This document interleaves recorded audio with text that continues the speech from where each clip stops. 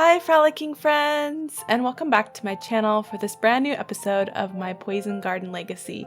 I have to say I'm super excited for everything that's happening in this series, and let's just jump right in. As you may or may not remember, it's Harvest Fest, so it's fitting that Lily here is harvesting everything.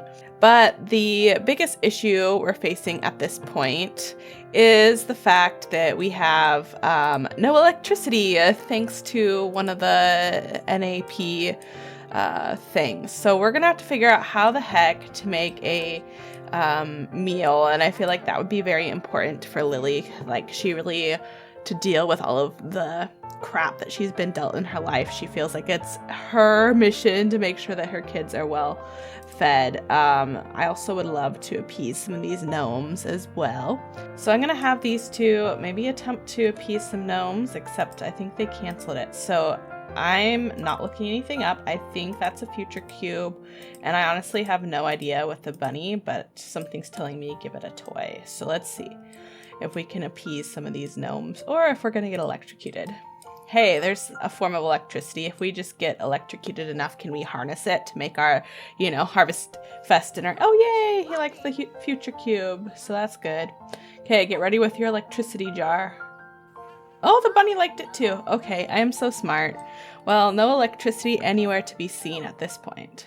Okay, I don't know how this would go, but we can go ahead and cook some stuff in the cauldron.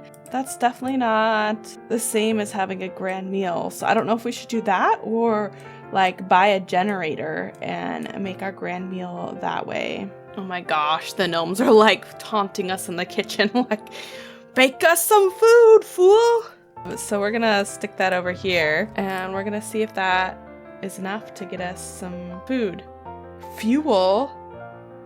Ugh, we don't even have fuel? What? Oh my gosh, this is a disaster. This game is really like fucking with me. This is like literally the worst timing for this NAP, and I have half a mind to delete it, other than I'm all for the chaos, so we'll just leave it. But I guess we're gonna have some cauldron. Okay, we're gonna do chili because it costs the most, so like, surely that's the fanciest meal. All right, cauldron chili it is for our Harvest Fest feast today. I mean, on the bright side, they'll have a whole lot of food. That's a big pot of chili if I ever saw one. So Annabeth is definitely going, oh, she's itchy and sick. I guess we should get you some medicine. But she's having a lot of conflicting emotions. So right now she's feeling sad because she has the strict family dynamic with her kids. And I feel like she's just having these feelings of like, I don't know if I should be this way. I really wish I had my mom around a lot longer. I feel like I don't really have a good example of what a mom should be or how a mom should act, and I feel like that's the part that's making her more sad. Not so much that she's strict, but she just wishes that she had her mom. Like, she's missing her mom, and like, I wish I could ask her or be able to look back and be like, well, this is what my mom did, so this is what's best for my kids. So she's going through a lot of emotions lately. I mean, like, as you can see, every 2 seconds her emotions are just changing. Well, this is just great. So much for having a cute family dinner. Lily's already broken into the chili. Wow, great. And I don't even think the kids, one, I would hope not. That seems like very unsafe for toddlers to just dish themselves out of this giant boiling hot cauldron. So let's go ahead and have Lily come grab all the servings so that they can also have some chili. And I guess this Harvest Fest dinner is just a bit of a lost cause altogether. Annabeth's like, wow, this is some Harvest Fest. Everyone's just like eating, doing their own thing on their own, and we didn't even have like a turkey or anything. We're just having chili, cauldron chili, singing a song. That's actually really cute. Little poinsettia. Well, we didn't really need the game to tell us this, but Harvest Fest was awful. One of the things I guess I could have had Lily do was like share the thankful spirit, but honestly, just discovering that her mom was probably a murderer and also that her mom had just passed away, I don't think that she was feeling very thankful or spirited this year, so maybe next year. So So I feel like Lily was just kind of looking around, and so I imagine that Lily is looking around in this old dresser, like, I don't know, looking for a screwdriver, who knows, but there's not really good animation, but I'm going to pretend that she finds this old journal and kind of flips through it, but she realizes that it's a journal from Annabeth's mother, and she's like, oh, you know, I feel like she's really gonna appreciate that I found this. I'll need to show her this. So Annabeth is just waking up, and apparently she's waking up very flirty, which is interesting. But we're gonna go ahead. Oh, interesting. Oh yeah, because she has the fear of death. Let's go ahead, and I want her to give her a gift. Okay, this private journal. So we're gonna go ahead and hand over the journal to Annabeth, like, oh, I was going through the cupboards and I happened to find this, and I think you're gonna, you know, be really shocked at what this is. And so Annabeth is very impressed. She's like, oh wow, is this journal? Like, is this for me? And Lily's running away. And I feel like Lily's like, no, I'm pretty sure it was one of your mom's. Yeah, I feel like she likes affection. Like, wow, that means so much that you found this. I can't wait to read it. Oh, they are woohooing, autonomously woohooing. That is not necessarily the vibe I was going for. I don't know what discovering a journal from your dead mother does for your libido, but I didn't think that I would do that. I feel like you have some deep emotional issues you need to work through, Annabeth. All right, well, maybe after you finish getting off, you can go ahead and crack open that journal and see what your mother had to say. Oh, that's so awkward. Apparently it just doesn't end there. But Annabeth, you have work in an hour, and I would really love for you to go ahead and, you know, read a little bit of the journal, because I have things in mind, and that needs to happen before you go to work. Was not planning on that morning woohoo, but you do you, girl. So anyway, I feel like Annabeth is going to go ahead and, of course, crack open the journal from her mother, and, you know, in some of the final pages, she sees that her mother wrote about how she was being sent on, like, a top secret special mission to, you know, track down a fae that had gone missing. And so, of course, Annabeth's a little bit like, huh, that's interesting. I wonder what mission she was sent on. Like, surely somewhere in our, you know, school, there's, like, I don't know, belongings or something of when they found her, like, because she must have died on this mission. And so, yeah, she's gonna head off to work, but she definitely has some unanswered questions, like more questions than she's ever had before about her mother's death that she needs to find some answers for. So while Annabeth is at work, Lily's, of course, tending her cute little stand over here, daisies and dough. I didn't have her do any more baking, but I did have her make some more flowers. I'm really hoping we can sell those, because those are a much better selling point than the food. Okay, so she's finished selling all of the food, so the only thing left is the flowers. If those don't sell, I might have to decrease the markup. But oh my goodness, Poinsettia! Aren't you looking like a cute little apple?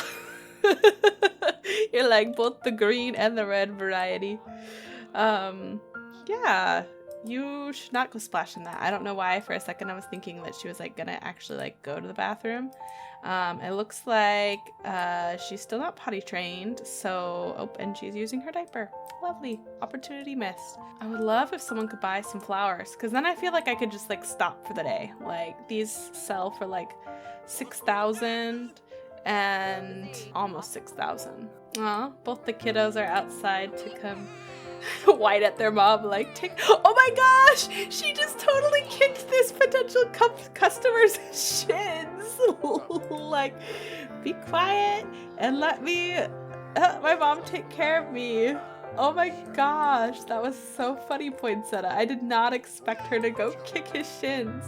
Now she's just like listening to him all intently. Like, I feel like he's like, that wasn't very nice. I also like how Lily is just like not even doing anything. I think he was feeling sad too, like brings a whole other meaning to kick a man down. kick a man while he's already down, whatever that saying is. Anyone gonna buy some stuff? Obviously these kids need some attention and some parenting. They're going around kicking strangers in the shins. I guess I need to just do like 100%.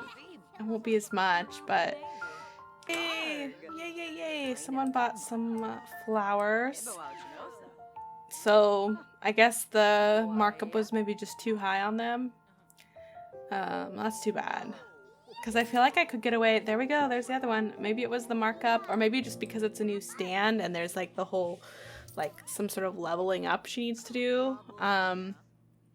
She just can't do it at the other price. I'm not sure. Okay, let's go ahead and end the food sale because we're all out of stock, but we made almost 7,000 simoleons. That's excellent. Meanwhile, Annabeth wasted no time delving into her research at the school's library. The restricted section seemed a likely repository for the secrets surrounding her mother's past.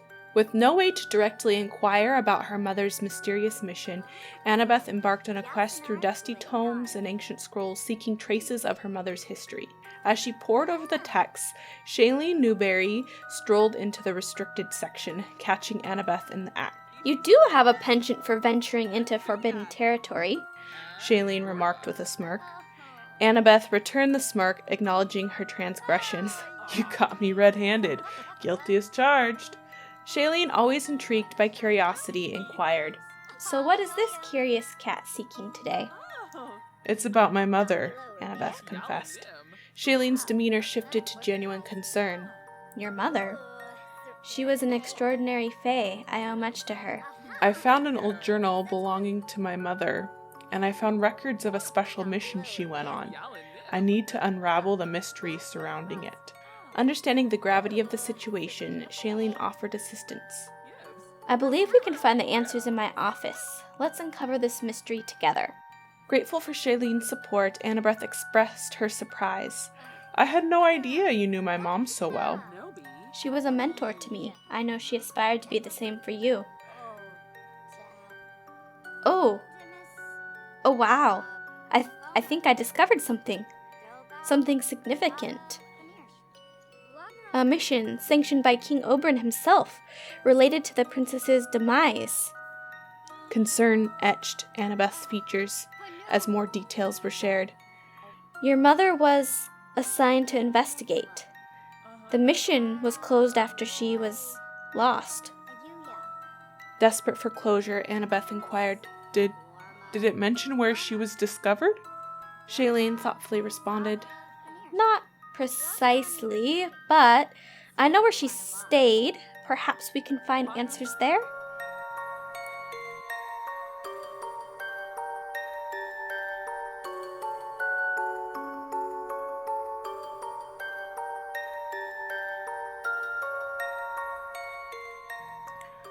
Overwhelmed by everything and the weight of these revelations, Annabeth hesitated.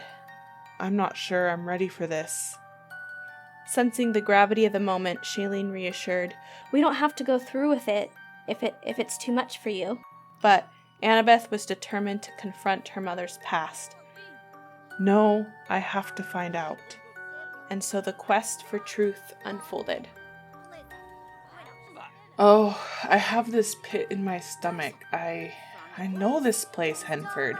My partner grew up here," she confessed, the weight of the revelation settling on her shoulders. "I didn't realize you had a partner," Shailene responded, her tone filled with curiosity. "Oh, I'm not sure. Maybe I'm saying too much." Annabeth hesitated. "You can trust me, Annabeth. Your secret is safe with me," Shailene assured her. "It's just... No, this can't all be a coincidence, can it?" Annabeth pondered aloud. "Should we have a look inside?" Shailene suggested, sensing that the mysterious connection might hold answers. Annabeth, still grappling with the unfolding revelations, couldn't fathom her mother's presence in such a place. "I can't believe my mother ever lived here. This so isn't her taste. It's so country bumpkin." "Well, she probably didn't expect to be here long," Shailene reasoned. As Annabeth explored the unfamiliar surroundings, she stumbled upon another journal belonging to her mother. "It's another journal of my mom's. She was looking into who murdered the princess. She was following Wisteria." Annabeth revealed, the gravity of the revelation sinking in. Oh, no. Shailene's response conveyed a mix of shock and concern. Annabeth, guided by an otherworldly feeling, followed an inexplicable pull. The trail led her to the fridge, where an unexpected vision of her mother's tragic demise unfolded.